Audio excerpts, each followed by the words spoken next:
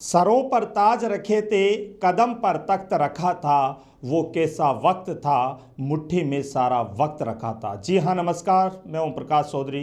लोकसभा चुनाव 2024 के लिए कांग्रेस पार्टी ने अपना घोषणा पत्र जारी कर दिया है। दिल्ली में एक प्रेस कॉन्फ्रेंस में कांग्रेस अध्यक्ष मल्लिकार्जुन खड़गे, सोनिया गांधी और राहुल गांधी ने इस घोषणा पत्र को जारी किया है। कांग्रेस ने इस घोषणा पत्र को न्याय पत्र 2024 का नाम दिया, जिसमें जनता को 25 गारंटियों का वादा किया है। कांग्रेस घोषणा पत्र में जिन न्यायों की बात में उसमें स्वास्थ्य भी हैं, तो वहीं कांग्रेस ने वादा किया है कि अगर उनकी सरकार आई तो वो राजस्थान में पिछली गहलोत सरकार द्वारा बनाई गई कैशलेस स्वास्थ्य बीमा योजना को पूरे देश भर में लागू करेगी। मैनिफेस्टो में स्वास्थ्य के बारे में बात करते हुए लिखा है कि कांग्रेस पहली वो राजनीतिक पार्टी थी जिसने ये स्वीकारा था कि लोगों का स्वास्थ्य और स्वास्थ्य की देखभाल सरकार की पूर्ण जिम्मेदारी है।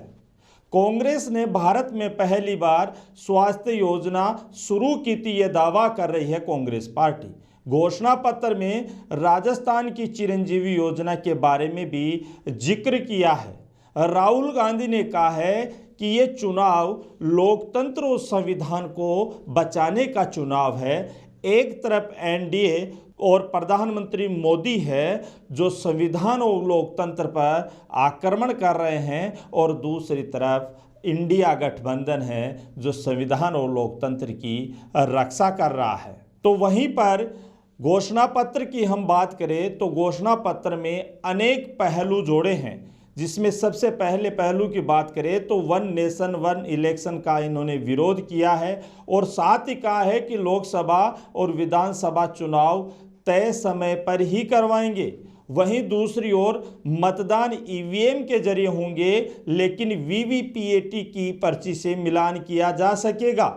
और वहीं पर उन्होंने कहा है कि 10वीं अनुसूची में संशोधन का वादा, इसके तहत दल बदल करने पर विधानसभा या संसद की सदस्यता खुद समाप्त हो जाएगी। कुल मिलाकर यह कहा जा सकता है कि कांग्रेस के घोषणा पत्र में दल बदल से संबंधित जो नियम है, अधिनियम है, उसमें संशोधन किया जाएगा।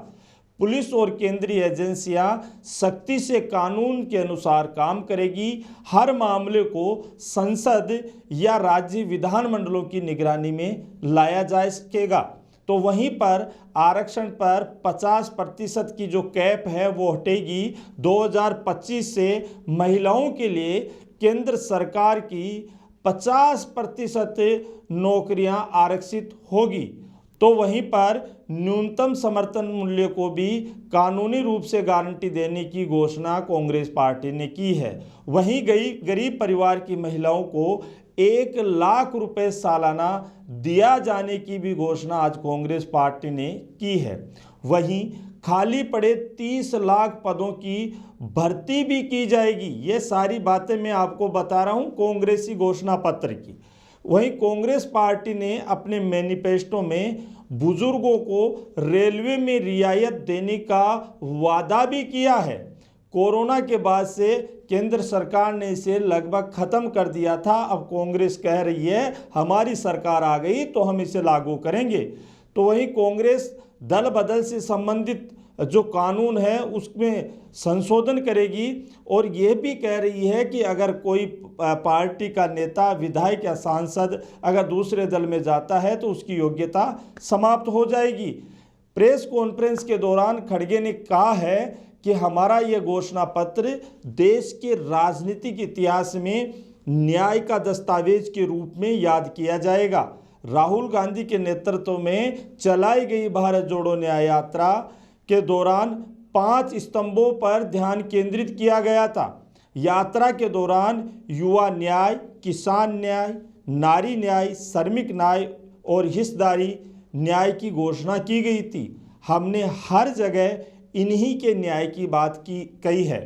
इन 5 न्याय के अंदर 25 गारंटियां भी कांग्रेस ने शामिल की है, जिससे हर वर्ग को फायदा मिलने की बात का दावा कांग्रेस पार्टी कर रही है।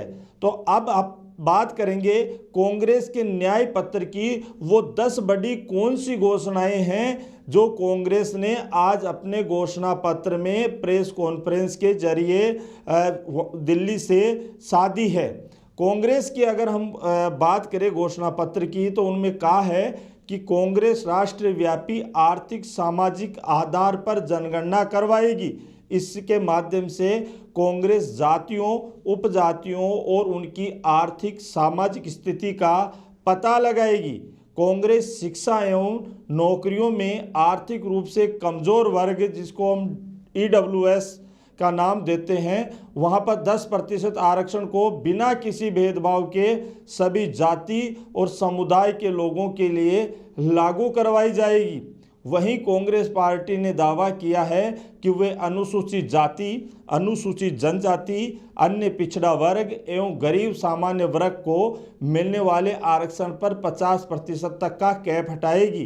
कांग्रेस अनुसूचित जाति, अनुसूचित जनजाति और पिछड़ा वर्ग के लिए आरक्षित सभी रिक्त पदों को 1 साल के भीतर भरेगी। वहीं घोषणा पत्र में वरिष्ठ नागरिकों, विधवाओं और दिव्यांगों के लिए पेंशन में केंद्र सरकार का योगदान महज 200-500 रुपये प्रति महीने है। कांग्रेस पेंशन की इस राशि को बढ़ाकर न्यूनतम 1000 रुपये प्रति महीना करने का दावा कर रही है। कांग्रेस 2025 से महिलाओं के लिए केंद्र सरकार की आधी यानी 50% नौकरियां आरक्षित करेगी।